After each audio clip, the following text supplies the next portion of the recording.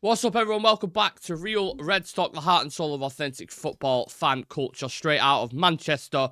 You're tuned in currently to Pros and Cons, a show where we pick at the positives and nag at the negatives. Plenty of things to discuss, as always, with Manchester United. We've had a little bit of time now, around, I want to say 19 hours ago, where we drew at Selhurst Park once again. The bogey team for us, aren't they? We just cannot seem to get a result against them, regardless whatever kind of situation we're in at the season, whether it's a 4-0, kind of slapping at Selhurst Park, or whether it's a Casemiro red card.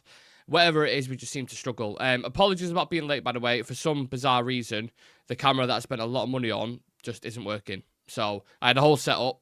I've had to pivot slightly with my secondary camera.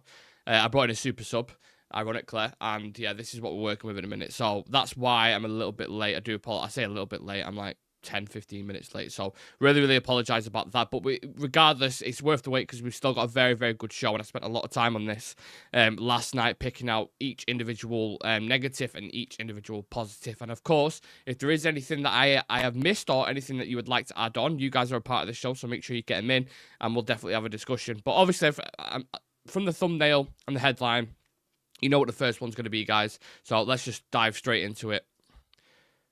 Bruno Fernandes. I think we need to have a conversation about Bruno.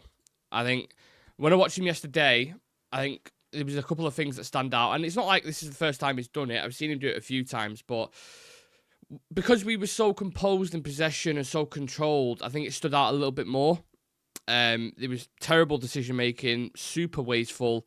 He's forcing things way too much than he needs to. It's not like it's an end-to-end game, and it's almost like he wants to play in chaos.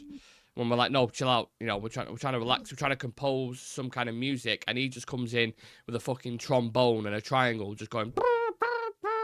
And everyone's like, what on earth is going on here? It's bizarre.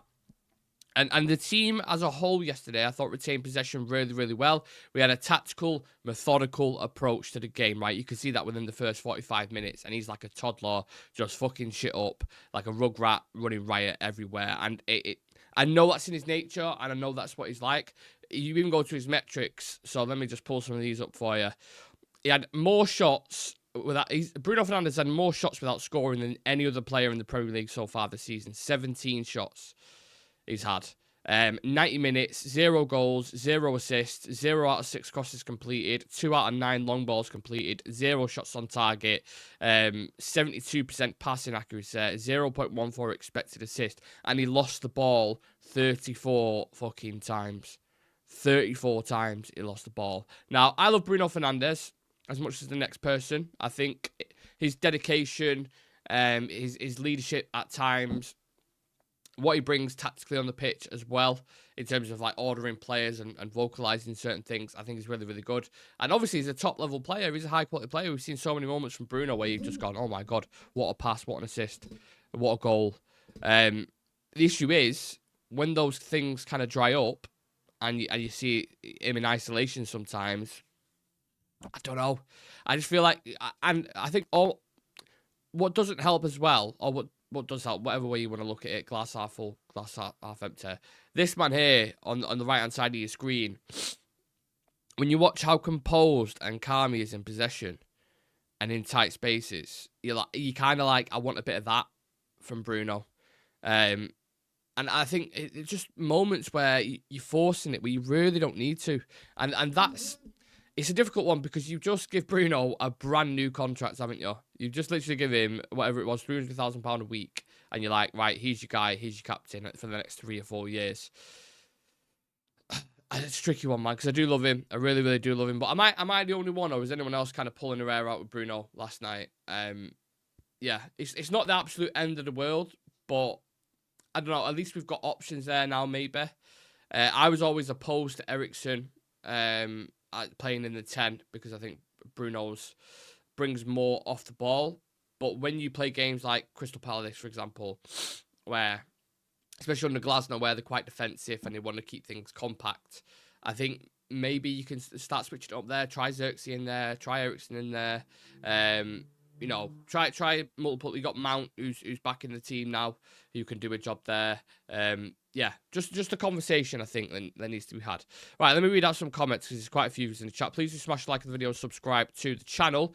Rocky Singh says, I don't think Bruno's performances are just the issue. The entire squad are also struggling. If we drop Bruno, who replaces him? It's not like we have the quality to replace Bruno. Well, hopefully I kind of answered that question then. Brian Case saying, afternoon, everyone. Pretty deflated after that result yesterday. We did everything but score. We've got My Damn United in the chat. Richard Hawkins in here as well. So nice to see so many of you. McMillan saying Mount will bring a different dynamic, which may help United the way we want to play. Bruno Hoofball wastefulness is doing nothing for us. Xerxes can be the creative output while Mount brings dynamism. And that's a very good comment, which I had to agree with. Don't let anyone tell you the pints in the UK are the same here in the island. Why are you in the UK, Brian, at the minute? Bruno needs a mental break more than a physical break. He didn't have to come on versus Barnsley either. Yes, he got 2 assists, but wasn't needed. Also, he needs to understand he isn't the team. Yeah. It's like he wants to take the burden of everything. I think Ole Gunnar Solskjaer said that when he went on Stick to Football. He was like, I liked Bruno as a captain option, but he gets over-emotional and does too much sometimes, and you can see it in his game. Punch Paint. When you use the outside of your foot that much, it means you're not practicing when you're left enough. And we learned that in youth football. Sometimes the passes work and it's wonderful, but it's overkill. Love that analogy, Nick. A one-man band in the middle of London Philharmonic. Exactly. It's the best way to describe it, isn't it? It's sometimes, you know, everyone's doing composite. You got Xerxes in the middle like that, who's in the positive, so I'm going to talk about him. And then Bruno with a triangle trombone, just fucking, yeah. Like, you know, if anyone's seen American Pie, who's seen Jim when he goes to band camp to get Michelle back or whatever it is, and he's got that trombone. That's what he's like. And I think he needs to relax himself a little bit. But let's move on to the next negative, shall we? What do we have in store? Again, this is another one that I think people will probably have on their list. Missed chances, man. Oh, poor execution. Every time, game in, game out, is costing us games, I'm telling you. United failed at the business end once again, and that is becoming a common theme that I do not want in this team. Now, the process as a whole is looking much better on the pitch for United, but this progress is only going to go as far if United, you know, continues to fail to find the back of the net, because you do all that good work in midweek and you get the patterns and you get these kind of, everything's clicking. If you don't put the ball in the back of the net, that's the most important part of the game. You're either going to get draws all the time, or you're going to get losses, or we're going to be sat here after every single game saying, yeah, we played really well, but, you know, yeah, we set pieces are better, and these are better, and da-da-da, but, do you know what I'm saying? We've created the most chances in the league, 17, but we've also missed the most chances as well. So we're like a cat chasing our own tail. In the Premier League, as we all know, and as Ragnick's once said, it is fine margins, and counter-attacks can kill you. You saw it from the double save that Onana made, which, by the way, deserves its own positives. I can't believe I haven't put that in. But if that goes in, Palace take 3 points there, even though you've absolutely dominated the first 35. So, yeah, I just think we have, no matter what we seem to iron out in our game, whether it's something defensive there, something in the midfield, there always seems to be some form of inconsistency. Like, oh, we're starting to keep clean sheets now, but we can't score at the other end. Oh, we're scoring loads of goals, but we're conceding a lot of shots. Do you know what I'm saying? We can't seem to have both. It seems like a luxury to have one of them. You look at the flip side of it, we're currently 14th in the league for goals. We're on 5. And Chelsea and City are on top with 11. And we still have a level goal difference. So we scored 5 and conceded 5. You know, same thing. Same as last season, isn't it? Dramatic Avocado says, why are we so against rotating Bruno? Doesn't mean Bruno's out. He's just... Yes, thank you. Praise the fucking Lord. Someone has said that. Thank you, Dramatic Avocado. Why are we so against rotating Bruno? Doesn't mean Bruno's out. He's just as entitled to have minutes managed as any other player in the squad, especially when he's off form. Praise the Lord. Yeah, put that on a fucking sign and stick it outside Old Trafford, or just deliver it to Eric Ten Hag if you can find his address. I don't think dropping in the correct team, it's a squad game. It shouldn't be viewed negatively. It should be rotation at the end of the day. Nobody should have a guaranteed starting spot. Just let me know, guys. Am I lagging on your screen? It's lagging on the YouTube studio, but it's saying it's fine on here. Just let me know, because obviously I don't want to be lagging for the full thing. What the fuck is going on here? I've just noticed on the stream, I'm like proper jittering. Look, man, oh man, honestly, I hate fucking technology, me, sometimes. See if I can sort it whilst I'm live. Green. Output. I don't think I can. Or maybe I can actually. Let's try. Let's try that. Okay. Maybe that's a little bit better. Hopefully. If it's still kind of lagging, let me know, please. But I've just brought the kbps down, so it should be fine. Thank you for letting me know, though, in the chat. I just noticed it on the studio. I was like, why the fuck is it lagging? Honestly, before I went live, the amount of shit I had to sort out. Anyway, I'm not gonna get frustrated because yeah, me and technology, as a lot of people will know by now, just do not. It's like the worst marriage on the planet. So yeah, what was it? I was on United missed chances, right? Yeah, we've spoken about that. So let's move on to the next one, shall we? On to the next one. On to the next one. In-game management by Eric Ten Hag. Now this one, I feel like is going to be a bit of a decisive one. It's going to split opinions. I thought dropping Rashford was bizarre. You had someone who was flying in form, starting to score goals. You've been playing him consistently throughout bad form for ages, and everyone was asking for him to be dropped, and you never ever done it. Now he started scoring goals and starting to look more confident, you drop him. That is strange. And it's at the start of the season, so it's not like they're knackered and like you need to drop him. And this is why I'm saying I think it's weird decisions from the manager. Not taking Bruno off sometimes, taking Rashford off at the wrong times, but then playing him at the wrong times. Just rotate when you need to freshen. Don't just do it for the sake of it. I thought taking Xerxes off was really, really weird. Like, he's the glue and the nucleus of that attack. And the difference to when he came off, which I'm going to talk about in a moment, was night and day. Because Palace were really compact. They was making it difficult for us. And we tried switching it up. We tried going direct, bringing Rasmus on and Rashford. And nothing. And you'll see it. I've got the metrics on that, and I'll pull them up in a minute. But, yeah, one thing I'll say is that the defence... Defense was good, but the players need to finish at the top half. I think the way we set up was fine. First 45 minutes was sweet. I'm like, okay, I can see the chances there. You go into the second half, Palace reacted a little bit. Glasner makes, he's obviously spoken to some of his players, and he's like, I want you more compact. And there's a couple of areas we can hit him in. And I didn't like Ten Hag's reaction to that. To go then, right, let's go more direct. Let's put Rashford and let's put Højlund on. It was bizarre because I thought Xerxes was really, really important in that final third, and that's where we go into the positives, right? So let's discuss him because he has to be number one. Xerxes is the glue in that attack. He is. So here's some stats. Man United with Xerxes on the pitch. Final third passes accuracy 73.4%. Final third passes per minute 1.52. When Xerxes came off, it dropped to 60% final third pass accuracy and 0.57 final third passes per minute. So with Xerxes on the pitch, United made nearly 3 times more final third passes with a lot more accuracy.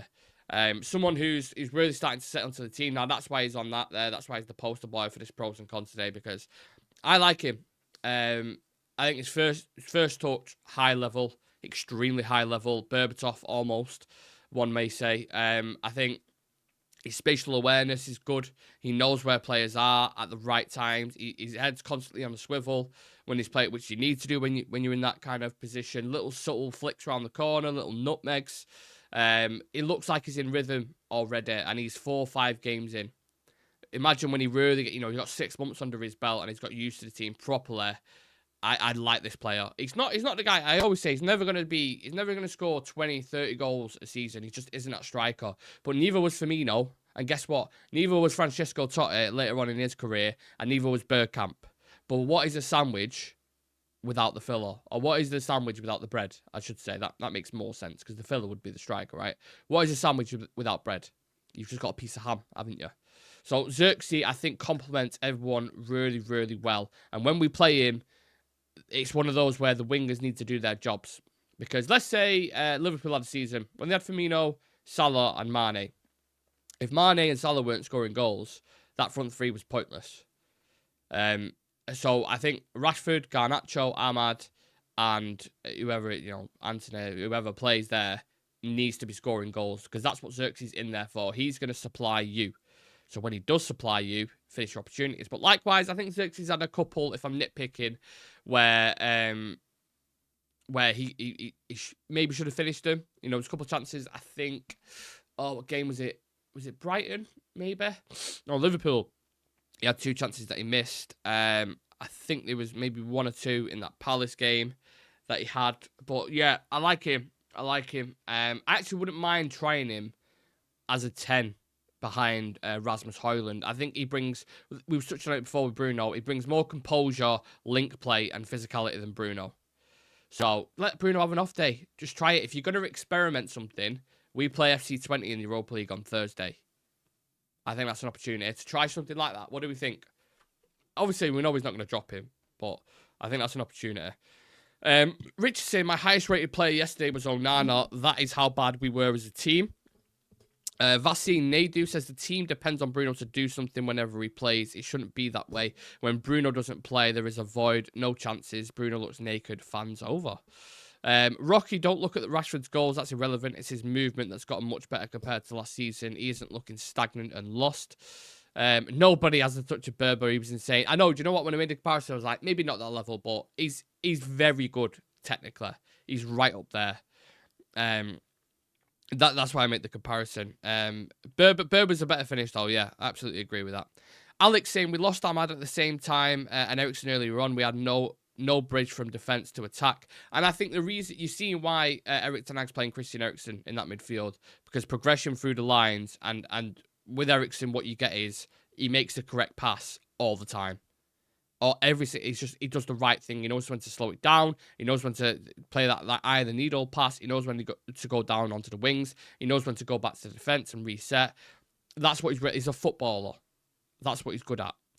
In-game management is timing subs to keep the chemistry and creative intact. If you take away players and it drastically affects us negatively, that means selection switched off the creativity. So many smart people in the chat. I love it. Right, let me go to the next one. What do we think next? We're going to go with, finally, The Rock has come back to Manchester. No, I'm joking. A settled back 5. Remember last season, everyone, how it was like, oh, God, who's going to play at left back this time? Is it going to be Wan-Bissaka? Is it going to be Lindelof? Is it going to be Amrabat? Is Johnny Evans at the back? He's got a new partner. It's Casemiro. It's fucking, Maguire and his dog at centre-back. It's who's going to play right back because Dallow's at left. Yeah, absolutely crazy defensively last season. We had no rhythm or patterns and no consistency whatsoever because of Varane's injuries, Leach's big injury that he got, and the list is endless. You can go through it. But past 3 games, 3 clean sheets in 3 games for United, and I'm absolutely here for it. They all played the part as well. They all had decent individual moments, and I'm going to talk about Majora as your next clue. But Onana as well, equally. That double save that he made last night. Woo! My God, what a save that is. Like, everyone was raving about Reyes in the Champions League. That's better than Reyes, in my opinion. That's not even rose-tinted glasses. I think to save that and quickly get up, because that was going in that follow-up. Was it from Sarr? I think it was Sarr. Yeah, amazing save. And Onana's, he's got some brownie points for that for sure. I think De Ligt looked really settled alongside Lisandro Martinez, whether it was in build-up or whether it was just defensive flair. I think both of them look comfortable, and we finally have patterns and chemistry developing. And the funny thing is, guys, what happens is when you have a team that play together more than 4 or 5 games, they get comfortable. They know each other's rhythm. They know patterns. They know where they're going to be at certain times, and that is only going to improve the more they play together. Defensive partnerships are built on chemistry and game time together. Look at anyone: Terry, Carvalho, Vidic, Rio. They played hundreds of games together. De Ligt and Martinez have played 4 or 5 games max at a minute, and they look pretty comfortable. So give it time. Give it a few weeks, give it a few months, and they will be really, really good, I think. And I think Ten Hag references that quite a lot as well. He always says consistency, patterns, rhythm, chemistry, very, very important. And I think if we manage to keep watertight at the back, and the attackers start scoring, we've got something cooking there, but the attackers need to do their job. And I've already spoken about them. Right, this next one I'm excited about, and you guys probably know what's coming next as well, not to be too predictable. Majraoui the Magician. This man deserves his own show, and I think I'm actually going to do it. I think I'm actually going to do an individual video on him because he's been that good since he's come in. I said last night you could put him in a maze. I want to add to that. You could put him in a maze, blindfold him, tie his hands together, spin him around 100 times, and he would still find his way out. This guy is a solution solver. He offers a threat, whatever area he is in the pitch at any given time. I'm super, super impressed with him. He started every single game since he's come in. He's already got an assist. He's kept a couple of clean sheets. He's an attacking threat. He can drop into midfield. He can anywhere. You go anywhere on the pitch, and you could tell like that Ajax. A lot of people are criticising him because he's a former Ajax player. Where's that media now? Where's Talksport talking about that? They're not, because he has been. And look, people might grill me for this, but he's been one of the signings of the season. Would anyone disagree with that? Is that too much of a bold statement? For 15 million quid. If he was playing how he is now, and we was to sell him, let's say we had a couple of years, you're getting 40, 50 million for him. Easily. And a lot of teams will take him. He is that modern kind of right back, you know. Let's say if Arsenal didn't have a right back or City didn't have a right back, they would take Mazraoui. Looking at him at the minute. And I think that triangle on the right-hand side with Ahmad, Mainu, and Mazraoui is good. Is so good. You can't get the ball off them. They're extremely press-resistant. They're extremely intelligent as well. They know where each player is going to be. But he's a former Ajax player who's injury-prone, and his mistakes let go of Wan-Bissaka and all that kind of fucking nonsense. He's good. Good. One of the best right-backs in the league on form right now, and it's not even a conversation. Not even a conversation. Watch the next game get it absolutely rinsed, and then people are just going to clip that up. Bayern rejects have been class so far. They have, Alex, absolutely. Lingham David said, drop Bruno, make De Ligt our captain. Some examples, he's got class and determination. Bit early for that, I think. But I think De Ligt is that kind of leader. Mazraoui is a man-of-the-match contender whenever he plays. Pure footballer, and I'm still banging the drum saying try starting him on the left because he's that good. I can see him being comfortable there. You could start him in defensive midfield, actually there, and I think he'd be fine. He is that good. Mazza is one of the signings of the season for the money in the whole Prem. I'm glad people definitely saying Erwin Mazraoui. Love the comparison. Dramatic Avocado says Mazraoui looks top class. We are blessed to have Dalot and Maz fit right now. Well, I posed a question to Dan and Sam last night. I don't know how many of you guys were in the post-match review after the game. But I said to him, what do you do when Luke Shaw comes back? Is it a case of, nope. Is it a case of now where you don't have to rush him back even when he is fit? No, you can get 5-10 minutes. Or is it a case you think Ten Hag will be like, no, I want a left-footed player there, you push him out. Then what do you do with Mazraoui and Dalot? Who starts at right back?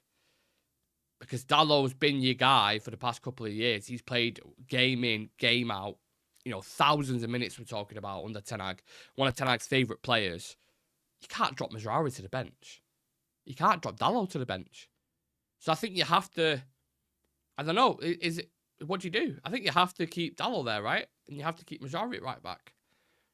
Obviously, there's a lot of games, and there's going to be rotation. I understand that, and they're not going to play every single game. But I'm talking about who's going to be your main go-to players at left back and right back. It has to be that. It has to be Dalot and Mazraoui, surely. Mazraoui is our cheapest buy and our biggest hit. It goes to show you don't have to spend shitloads of money. City have proven that millions of times. Julian Alvarez was 15, 17 million quid and was a really effective. And just sold him for 90 million to Atletico Madrid. And he's the main guy there now. So it just goes, you don't have to spend a load of money. In fact, I'd actually go as far to say the more you spend, the more likely it is to fuck up. Pogba, Maguire, Antony, Sancho, Di Maria, Coutinho, the list is endless. You can go through it. You know, £100 million signings. The majority of them don't work out. I don't think Mazraoui is droppable. He's not. You can't drop him. McMillan saying Mazraoui is a unique profile for a fullback. Don't see other fullbacks in the league, maybe even Europe, the way he plays. He's the absolute modern profile, and I'm so happy we got him. And now you look at that deal with. I hope Wan-Bissaka does well at West Ham. Nothing negative to say about him, but he is an improvement. He's an improvement. And talking improvements, the last positive of the show, set pieces are much better, or they're at least they're getting there, I would say. Now, this one just edged into it simply because we've been so dire in the past few years at set pieces. I thought, you know what? It's going in. It's going in. A couple of times, especially in the first half, we looked really, really threatening. I thought it was a variation of how we was lofting it to the back post. We was drilling it sometimes. We was going short. And we all Delit almost converted, I think, twice or a couple of the times.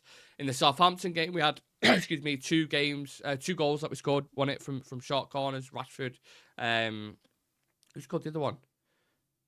Bruno set up Delit as well, didn't he, from a short corner, so there was 2 goals scored from there. And I think it was Ragnick, actually. I don't know if you guys will remember this in his presser, who said about set pieces, because he wanted to improve him. He said, on average, usually they can contribute to around 20% of your goals, I think it was, in a season. You look at Arsenal last season, I think in total they scored 91 goals, right, as a whole in the Premier League campaign. I think 20 to 25 of them were set pieces. That's how important they can be. They can really help, especially in tight games, like you see with the North London derby as well. Like, set pieces just, they can kill you. So look, with someone like Delit now, I think he's a threat.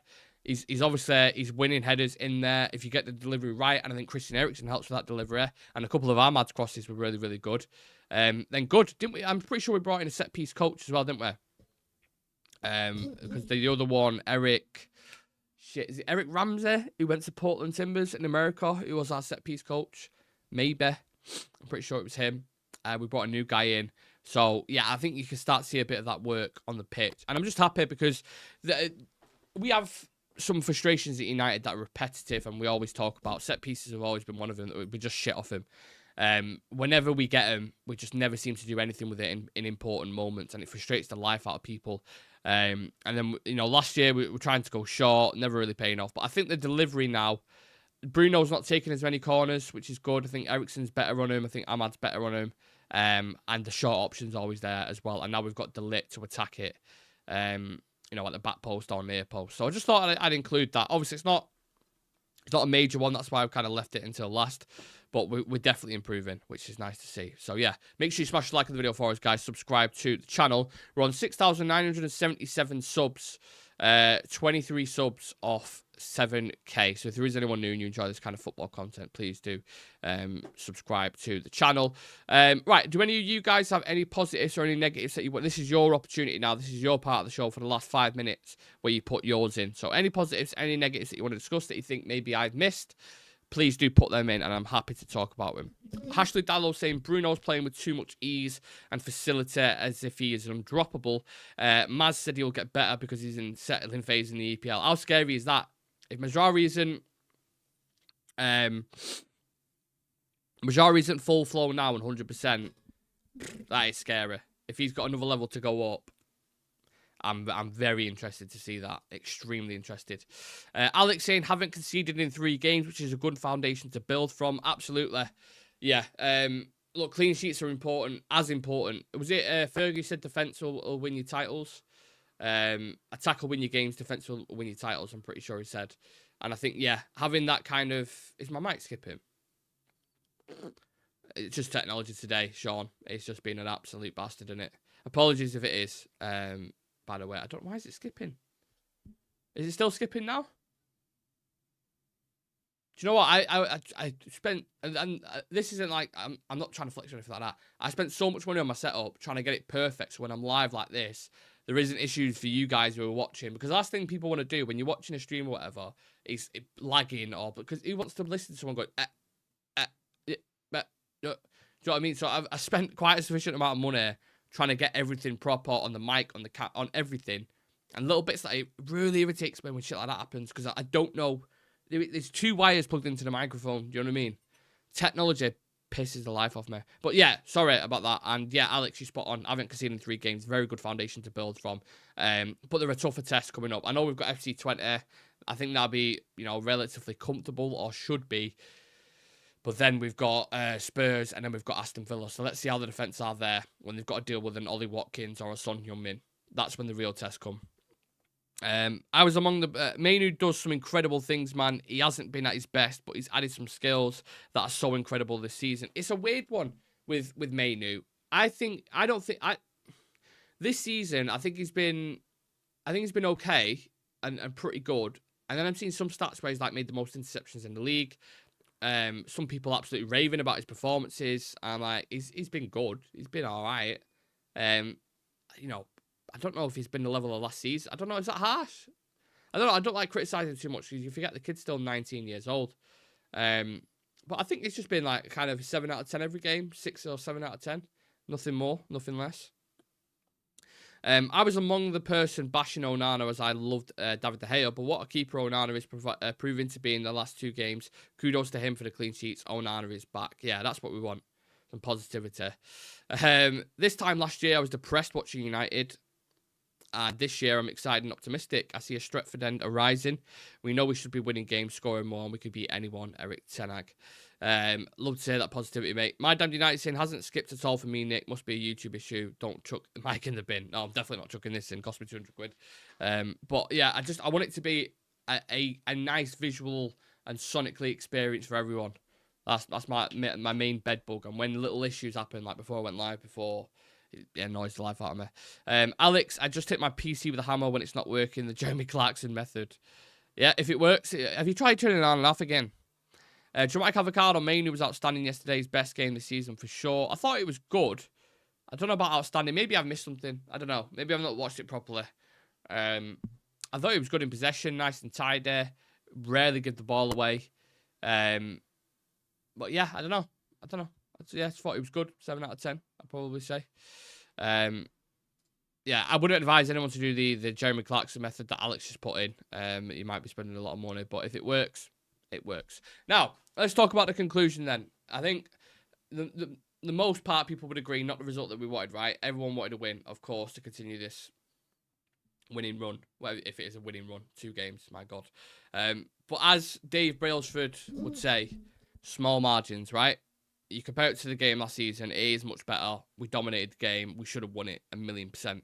And one thing I can definitely say is I 100% prefer this team and this style of football and the way we're building up compared to last season. That's for damn sure. I'll tell you that for a fact. A lot more control, dominating chances. The new signings have hit the ground running. We're a lot tighter defensively, but we're still toothless in the attack and in the part of the pitch where it matters most. So we really need to work on that. And maybe it'll come. Maybe it'll start to come and start to see the goals flowing. I'm saying that after we've scored 7 against Barnsley and 3 against Southampton. But we missed a lot of big chances yesterday in that first 45. And you can't do that in Premier League football. You just simply cannot. If you don't take your chances, you can get killed, regardless of how you're performing. So, yeah. FC 20 in the Europa League next. A chance for some of the new signings to get a bit more rhythm, a bit more stability. Plus, you've got players coming back. We had Rasmus, who had a little cameo. We had Mount, who was on the bench. Shaw's going to make an appearance, I think, at some point. Lindelof back in training. You've got Maguire and Evans there, probably ready to play. You've got Anthony, who wants minutes. Excuse me. You've got Ugarte, who needs minutes as well. A chance for him to get rid of a bit more used to the team. Casemiro. So, yeah, you've got depth, you've got options, you've got games coming thick and fast, so a chance to rotate. You've seen he's going to do that now, which is nice. So, on to the next game, I suppose. Let's stay undefeated. Let's start building some momentum. And, yeah, happy with some of the bits. But like we said, that's why it's a pros and cons, because there's some positives and there's some negatives that we need to work on. But I think the top end of the pitch, to kind of round it up, we need to start finishing our chances. We need some more consistency. I think Xerxes needs to play at the minute. But then it's a double-edged sword because Xerxes plays and the wingers don't finish the chances. It almost becomes pointless. You play Rasmus. I think you play Rasmus in the big games where there's a lot of space in behind where Liverpool are going to play a high line. I think you play Xerxes when it's tight, compact, and you need someone to be dragging centre-backs out, left, right, and centre. Just my opinion, though. But, yeah. In certain positions, as a player improves, the less you notice their Manu is that good already, Nick. Yeah. I'm happy to think never a complete show if Nick doesn't burp. I don't know what it is. I've not even had anything fizzy. I've literally had a cup of tea this morning. That's it. I'm just a gassy man, apparently. I'm a gas man. I love Eriksen's lazy on the eye football, man. It's beautiful. Steph saying Ahmad, Leachart, Manu, Eriksen and Xerxes most comfortable on the ball. Must start versus 20. Dramatic Avocado, I wouldn't drop Dallo for sure right now. And Richard saying I would play Ericsson on Mount instead of Bruno on Wednesday night. Well, we will have the preview for FC20 on Tuesday night. It should be. May end up doing it in the afternoon. Of course, we've got a couple of games on today. Man City versus Arsenal, and you've got Brighton versus Forest as well. So looking forward to those games. We'll be back at 7 o'clock tonight with some interactive stuff. More of a Sunday social, because this has been purely pros and cons. So we'll have a couple of the lads on doing some, guess the team, guess the player by his career path, all that kind of stuff, which people like for you guys mainly. And then, Monday morning news and all that kind of jazz. So appreciate every single one of you spending time with me on your Sunday. Whatever it is you're doing, relax, chill out. What you're yelling for, as Avril Lavigne once said. Enjoy the football. And don't work too hard. We've got Son of Zeus saying we should definitely try Xerxes in Bruno's position. Said it at the start of the video, mate. Yeah, I agree. Absolutely. All right, I'll leave it at that, guys. Subscribe to the channel. It takes you 2 seconds. I'd really appreciate it if there is anyone new in the chat. 6,977. We're almost at 7K. And we're developing a fantastic community. And it's thank you to you guys. So I appreciate every single one of you.